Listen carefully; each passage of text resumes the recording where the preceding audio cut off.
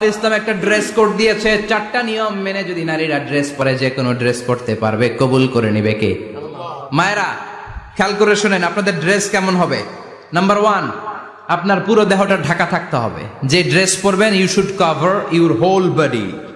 শুধু হাতের এই 2 কবজি আর চেহারা খোলা রাখতে পারবেন, তবে চেহারা ঢেকে রাখা উত্তম। একজন মহিলা বোরকা পড়ছে কিন্তু চেহারা খোলা, তার হেজাব হয় নাই, পর্দা হয় নাই, এটা বলা যাবে? কিন্তু উত্তম হচ্ছে চেহারা ঢেকে রাখা, কারণ চেহারা সৌন্দর্যের রাজধানী।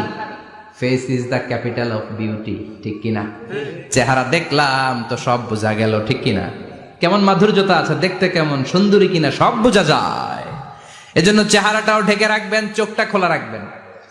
বিশ্বনবীর স্ত্রী উম্মে সালামা বলে, দেখার জন্য আমার 2 চোখের দরকার নাই, লাগবে 1 চোখ। উনি আরেক চোখের মধ্যে আরেক কাপড় দিয়ে রাখতেন, এমনি তাকাইতেন। সাহাবারা বলতেন, উনারে দেখলে আমরা দিতাম দৌড়, ভয় লাগতো। চোখ একটা দেখা যায় আর একটা খোলা, ওনারা দেখে আমরা এদিক সেদিক পালিয়ে যেতাম। আবার অনেক মহিলারা পা ঢাকে না, পা কিন্তু পর্দার অন্তর্ভুক্ত। সব সময় মেয়েরা পা মোজা পরে বেরোতে হবে, পা দেখানো যাবে না। হাদিসে এসেছে শুধু হাত এতটুকু, পা কিন্তু পর্দার অন্তর্ভুক্ত। উম্মে সালামা বললেন, ইয়া রাসূলুল্লাহ, আমরা তো হাঁটতে গেলে অনেক সময় পা দেখা যায়। বিষ্ণু বললেন, তাই? তাহলে 1 বিঘত নিচ দিয়ে কাপড় বাড়াও। উম্মে সালামা বললেন, জোরে হাঁটলে তো তারপরও দেখা যাবে। বিষ্ণু বললেন, 1 হাত বাড়াও, ধুলাবালি সহ টানবা, তারপরও পায়ের 1 ইঞ্চি দেখানো যাবে। তাহলে ড্রেস কোডের প্রথম নিয়ম হচ্ছে পুরো দেহ ঢাকবেন। 2 নম্বরের নিয়ম, পোশাক ঢিলে ঢালা হবে না টাইট ফিটিং?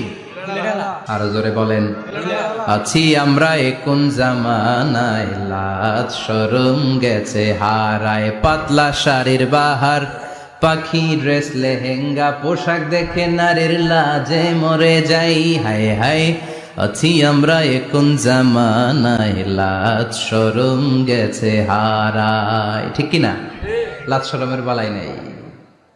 ঢিলে ঢালা হবে, টাইট ফিটিং হতে পারবে না। মোটা কাপড়ের হবে, এরকম মোটা হবে, মোটা কাপড়, কিচ্ছু দেখা যায় না, বাইনোকুলার দিয়েও দেখা যাবে না। আবার ঢিলে ঢালা আছে না নাই? আমরা পুরুষরা যে এটা পরি, এটা দিয়ে 3 মহিলার কাপড় হয়, ঠিক কিনা? কাপড় পরতে চায় না তারা, ওদের পোশাক আমরা নিয়ে নিছি। তার মানে ঢিলে ঢালা হবে, মোটা কাপড়ের হবে, টাইট ফিটিং হতে পারবে। আবার পুরুষদের পোশাক হতে পারবে। এই 4টা নিয়ম মেনে যে যেই ধরনের পোশাক পরেন, চাদর পরেন সমস্যা নাই, শাড়ি পরেন সমস্যা নাই, ব্লাউজ পরলে ফুল হাতা পরবেন সমস্যা নাই, মেক্সি পরলেও সমস্যা নাই, বোরকা পরলেও সমস্যা নাই, কিন্তু পোশাকটা শালীন পোশাক হতে হবে। কি পোশাক? সবাই বলেন, শালীন পোশাক। পুরুষদের পোশাক পরা যাবে না, কারণ বিশ্বনবী লানত করেছেন ওই নারীদেরকে, যেই নারীরা পুরুষদের মতো সাজতে চায়। এরকম আছে না নাই? দেখলে বোঝা যায় না কোনটা ছেলে কোনটা মেয়ে, আছে না নাই? এক লোক, একটা গল্প শোনাই আপনাদের। এক লোক এক বাগানে গিয়েছে, যে দেখে বাগানে কিছু ছেলে মেয়ে খেলাধুলা করে, কিন্তু ছেলে মেয়েদের পোশাক দেখে বোঝার উপায় নাই কোনটা ছেলে কোনটা মেয়ে। শুনতেছেন?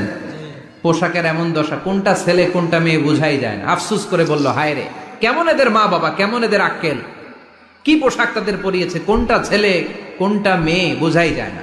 পাশে এক ভদ্রলোক বসা ছিল, রেগে মেগে আগুন, এই মিয়া সাবধানে কথা বলেন, জানেন এগুলো আমার সন্তান, আমার সন্তান এগুলো। লোক তো ভয় পেয়ে গেছে, তাই নাকি? ও তাহলে আপনি এদের বাবা?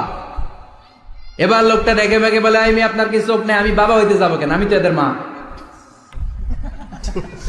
তার মানে কোনটা ছেলে কোনটা মেয়ে যেমনি বোঝা যায় না, কোনটা বাবা কোনটা মা এটাও বোঝা যায় না। এরকম আছে না নাই? ছেলেরা পরবে ছেলেদের পোশাক, মেয়েরা পরবে মেয়েদের পোশাক। চিল্লায় বলেন ঠিক কিনা?